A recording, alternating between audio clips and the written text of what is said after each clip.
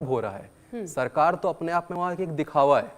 Main जो चीज है वो है पाकिस्तान की मिलिट्री। कुल मिलाकर ये कहा जा सकता है डॉक्टर मार्तंड झा, जो आप कह रहे हैं कि जो लोकतंत्र की बात लगातार की जाती है वो लोकतंत्र सिर्फ दिखावे के लिए ही है, और कहीं ना कहीं शायद वहां पर जो सेना, जो मुनीर हैं, जो कहते हैं वही होता है। अच्छा सर, अब मैं आपके पास आना चाहूंगी क्योंकि कहीं ना कहीं सर जो स्थिति नजर आ रही है विजय सागर धीमान जी, वो ऐसा लगता है कि पाकिस्तान विदेशों से पैसा लेता है, उस पैसे से अपने देश में आतंक को बढ़ावा देता है, और उसे जब जब समझ में आ जाता है कि अपने देश में स्थितियां बहुत ज्यादा खराब हो रही है, वो चाहता है कि एलओसी पर वो कुछ एक्टिविटी कर दे।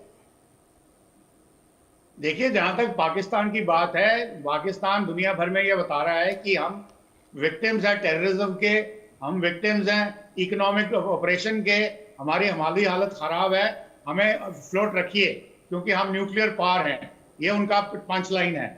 और उसके लिए अमेरिका और चाइना उनके फेवर में आते हैं, या बाकी कंट्रीज भी थोड़ा बहुत के फेवर में आते हैं, उनको आईएमएफ के लोन्स वगैरह दिलवा देते हैं। परंतु अब दुनिया को भी समझ आ गया है कि जो लोन्स उनको दिए जाते हैं गरीबों के लिए, अपलिफ्टमेंट के लिए, अपना पॉवर्टी एलिवेशन के लिए, वो इस्तेमाल होते हैं टेररिस्ट के लिए। अभी एफएटीएफ की भी वार्निंग आ गई है, आईएमएफ की भी वार्निंग आ चुकी है। और परंतु प्रॉब्लम ये है कि आपने बोला, आपके साथी ने भी बोला कि पाकिस्तान इतरा रहा है अमेरिका के जोश पे। मुझे ये बताइए, अमेरिका का जोश है क्या उनके पास? क्या अमेरिका उनके साथ आएगा भारत के अगेंस्ट जंग करने के लिए? सवाल ही पैदा नहीं होता। तो वो किस बात की कर रहे हैं? उनको सिर्फ लग रहा है कि जो उनकी पर्सनल बॉन्डिंग है ट्रंप के साथ, कि उनको पैसे मिल जाएंगे जो उनके पॉकेट में जाएंगे, या उनके लिए कुछ प्रॉपर्टीज बनेंगी अमेरिका में, एल्सवेयर, जो उनकी पोस्ट रिटायरमेंट में काम आएंगी, वही होगा। पाकिस्तान पर से को कुछ नहीं मिलेगा। और पाकिस्तानी आर्मी, मैं आपको बता रहा था, इस वक्त इस हालत में नहीं है। मैंने बोला निचले स्तर का शब्द इस्तेमाल कर रहा हूं, उनकी औकात नहीं है इस वक्त, क्योंकि वो इतने जबरदस्त फंसे हुए हैं। और नंबर 2 सबसे बड़ी बात जो है, पाकिस्तान के जो ऑफिसर रैंक्स हैं, रैंक एंड फाइल में बहुत ज्यादा डिसकंटेंटमेंट है। और वो ओपनली रिवोल्ट करने के लिए आए थे, उनको धमकी दी गई कि अगर आपने वो रिवोल्ट किया तो आपको अब मार्च कोर्ट मार्शल कर दिया जाएगा। ऐसे चलते समय जब रिफ्ट बन गई है मिडिल लोअर लेवल ऑफिसर में हायर लेवल के साथ, प्लस दी जॉनीज आपके सोल्जर्स के साथ, तो क्या लड़ाई लड़ेंगे? उसका हालत आपने देख ली है कि अफगानिस्तान बॉर्डर पे उनका क्या हाल है, पख्तूनख्वा में उनका क्या हाल है, बलूचिस्तान के आर्मी के सामने उनका क्या हाल है, पीओजेके के सिविलियंस के सामने उनका क्या हाल है, बाल्टिस्तान गिलगित में क्या हाल है। तो इस सिचुएशन में ये जो हरकतें हो रही हैं लाइन ऑफ कंट्रोल के ऊपर, ये पहले भी थी, तो इसको मैं ज्यादा महत्व नहीं देना चाहता। भारतीय सेना इसके लिए बिल्कुल तैयार है, इनको निगेट कर सकती है और इनका जवाब भी देती है। इन्फिल्ट्रेशन अटेम्प्ट होते हैं, सारे के सारे पकड़े जाते हैं। उसके अलावा गोलाबारी करते हैं भारत के सिविलियन एरियाज के ऊपर, क्योंकि इतने ये कायर लोग हैं, इनको समझ में नहीं आता करना क्या है। तो उस सिचुएशन में ये जो कर रहे हैं इसका कोई मतलब नहीं है। तो पर उनको ये पता चल चुका है कि यदि उन्होंने कोई मेजर अटैक किया या कोई टेररिस्ट हमला हुआ, तो जो भारत का 2.0 होगा वो डिस्प्रोपोर्शनेटली लार्ज होगा और पाकिस्तान को बर्बाद करके रख देगा।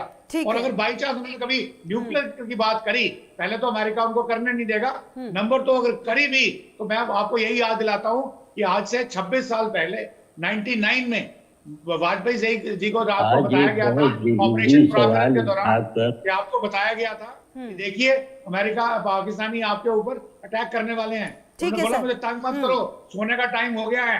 हाँ। तो आप उनको ये बता दो, ये बात तो सही है। भारत के रक्षा मंत्री से लेकर तीनों सेना प्रमुख ने बार बार ये बात दोहराई है कि अब अगर पाकिस्तान इस तरह की हरकत की तो फिर उसे जवाब दिया जाएगा, और ये भारत न्यू नॉर्मल है भारत के लिए। ये बात तो खुद प्रधानमंत्री ने भी कही थी। अच्छा डॉक्टर अमजद अयूब मिर्जा, जो स्थितियां फिलहाल नजर आ रही है, क्या लगता है आने वाले समय में जो अंदर खाने जो चल रहा है पाकिस्तान के, वो कुछ बड़ा रूप ले सकती है क्या?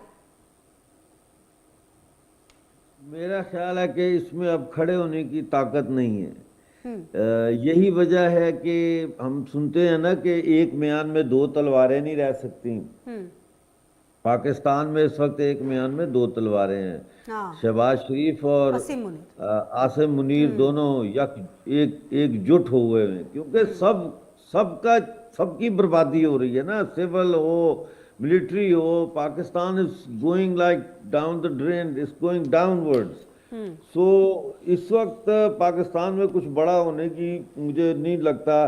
इन्होंने जिस तरह से तहरीक लबैक पाकिस्तान वालों के कत्लेआम किया है मुरीदके में, और उससे पहले इन्होंने जिस तरह डी चौक में पीटीआई के लोगों का कत्लेआम किया है, और जो पश्तूनख्वा में ये छोटे छोटे मासूम बच्चों को मार रहे हैं ड्रोन हमलों में, ये लोगों के घरों के ऊपर ड्रोन फेंक फेंक के औरतों को मार रहे हैं, प्रेग्नेंट औरतों को गोलियां मारी हैं इन्होंने, ये और मार रहे हैं। और इसी तरह से बलूचिस्तान में जो कुछ ये कर रहे हैं, सिंध में अभी इन्होंने एक वहाँ पे बहुत मशहूर स्टूडेंट लीडर हैं गनी चांडियो, उनको उठा लिया हॉस्पिटल, वो अपने बच्चे को लेके गए हैं उसका ट्रीटमेंट कराने के लिए, बीमार था बहुत, उसको हॉस्पिटल से उठा के ले गए, अगवा कर लिया है सिक्योरिटी फोर्सेस ने, और वहाँ बड़े मुजाहरे हो रहे हैं।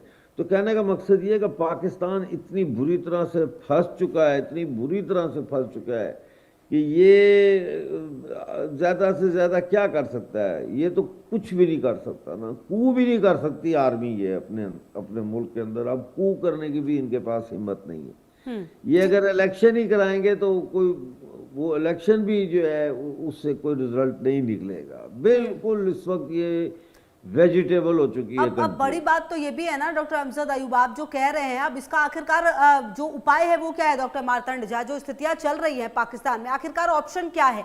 क्योंकि खुद में तो घिरा हुआ है, ऊपर से एलओसी पर इस तरह की हरकतें कर रहा है, अफगानिस्तान के साथ अलग उलझा हुआ है, इसे लगता है कि अमेरिका जाकर बातचीत कर लेना और सऊदी अरब के साथ डील कर लेने से क्या तमाम स्थितियां सही हो जाएंगी? क्या दुनिया को नजर नहीं आएगा कि पाकिस्तान के अंदर खाने क्या चल रहा है? देखिए, पाकिस्तान इस भुलावे में रहता है कि उसके पास एक न्यूक्लियर वेपन है, मैं उसे वेपन ऑफ ब्लैकमेल कहता हूँ।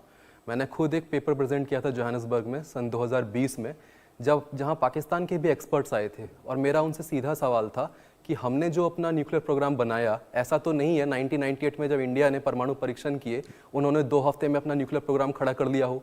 Basically Pakistan was a screw drive away to make its own nuclear program. Pakistan को लगता है कि अगर उसके ऊपर एग्जिस्टेंशियल थ्रेट कभी आया तो उस वेपन का इस्तेमाल वो भारत के खिलाफ करेगा। और बार बार 26/11 के हमले से देकर आज तक आप देखते जाएं, इंडिया ने एस्केलेशन लैडर पर चढ़ने से बार बार अपने आप को रोका है। लेकिन हो सकता है अगर ऑपरेशन सिंदूर 2.0 हुआ तो एस्केलेशन लैडर पर भारत को चढ़ना उसकी एक मजबूरी बन जाएगा।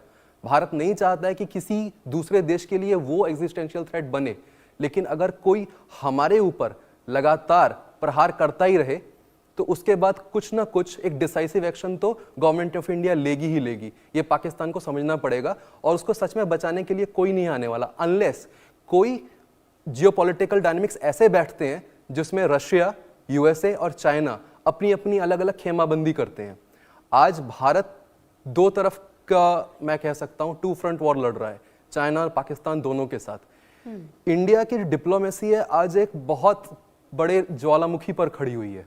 वो इसलिए खड़ी हुई है क्योंकि इंडिया ने हमेशा, जब भी उसको कभी मदद चाहिए थी, तो उसने अपने आप को लगभग, मैं कह सकता हूं, अकेला ही पाया है। As they say in English, when push comes to shove you are left all alone. India के साथ भी यही हुआ है। सो इंडिया को, अगर हम इंडिया के नजरिए से देखें पाकिस्तान में क्या चल रहा है, तो इंडिया को अपनी जो बॉर्डर सिक्योरिटी है जितनी वो बीफ अप कर सके वो उसको करते रहना चाहिए, और पाकिस्तान को कोई भी मौका नहीं देना चाहिए इन्फिल्ट्रेशन का। क्योंकि हो सकता है जो एलओसी पर क्रॉस अभी जो फायरिंग चल रही होगी, हो सकता है वो किसी प्रकार का